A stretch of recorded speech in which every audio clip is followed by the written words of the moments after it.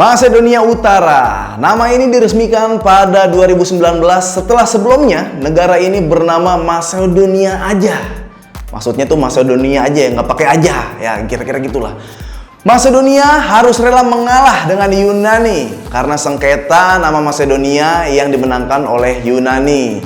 Pasalnya, Yunani juga punya daerah dengan nama yang sama, yaitu Masedonia. Nah, ini agak susah nih Masedonia nih. Imbasnya nih, negara tempat kelahiran Bunda Teresa ini juga harus mengubah nama timnasnya menjadi Masedonia Utara setelah perjanjian Prespa yang dimulai berlaku pada 12 Februari 2019. Tapi sejak saat ganti nama, negara ini justru lolos ke Euro untuk kali pertamanya. Seperti namanya nih ya, kayaknya Masedonia nih, Masedonia Utara namanya tuh membawa hoki. Saat 1920, di mana Masedonia masih menjadi bagian daripada Yugoslavia, klub-klub asal Masedonia mengikuti sistem liga milik Yugoslavia. Kemudian, pada tahun 1941 hingga 1944, di mana saat itu Masedonia dikuasai oleh kerajaan Bulgaria, klub-klub Masedonia pun mengikuti sistem sepak bola negara Bulgaria. Namun, pada akhir Perang Dunia Kedua, saat Masedonia kembali direbut oleh Yugoslavia, Masedonia kembali ke sistem Liga Yugoslavia. Baru akhirnya pada tahun 92, Masedonia memiliki liga yang independen setelah meraih kemerdekaan negaranya pada tahun 91. Sejak itu, Vardar Skopje menjadi klub tersukses di Masedonia dengan 11 gelar juara liga. Saingan daripada Vardar Skopje adalah FK Pelister, yang dimana ini disebut menjadi El Clasico daripada negara Masedonia. Seperti kita tahu, di mana rivalitas atau derby-derby panas di Eropa Timur sangat seru untuk diperhatikan, dan rivalitas antara Vardar Skopje dan FK Pelister mungkin tak kalah panas dibanding derby-derby yang berada di negara sekitarnya seperti antara Zagreb dan Split, Partizan dan Red Star Belgrade.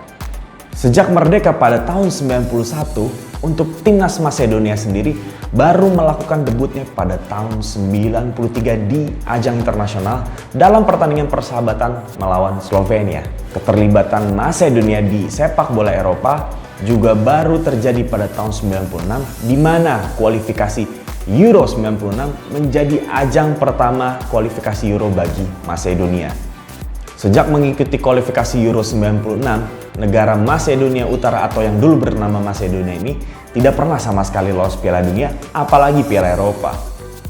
Namun sejak sukses di ajang Nations League Day pada beberapa tahun yang lalu, Masedonia seolah-olah terbuka jalannya untuk berkompetisi untuk pertama kali di Piala Eropa. Akhirnya pada tahun ini atau pada ajang Piala Eropa 2020, Masedonia bisa lolos ke putaran final Piala Eropa untuk pertama kalinya.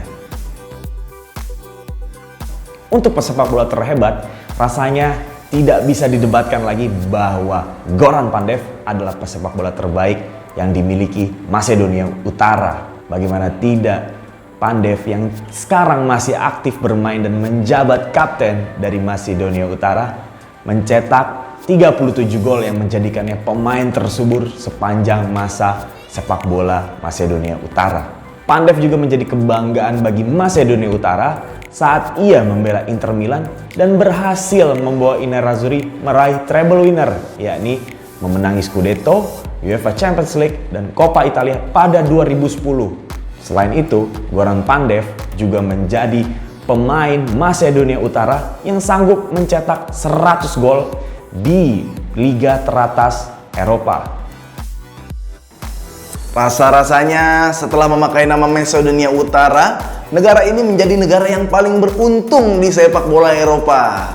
Goran Pandev dan kolega nyaris nggak lolos ke Euro 2020. Malumlah, mereka cuma finish di urutan ketiga fase grup kualifikasi. Impian Masedonia Utara yang nyaris tidak mungkin akhirnya terwujud setelah mampu menundukkan Kosovo dan Georgia. Dan yang terjadi setelahnya tidak kalah spesial nih. Mereka mencatatkan sejarah pada Maret lalu sebagai tim pertama dalam 20 tahun terakhir yang mampu mengalahkan Jerman dalam laga kualifikasi Piala Dunia.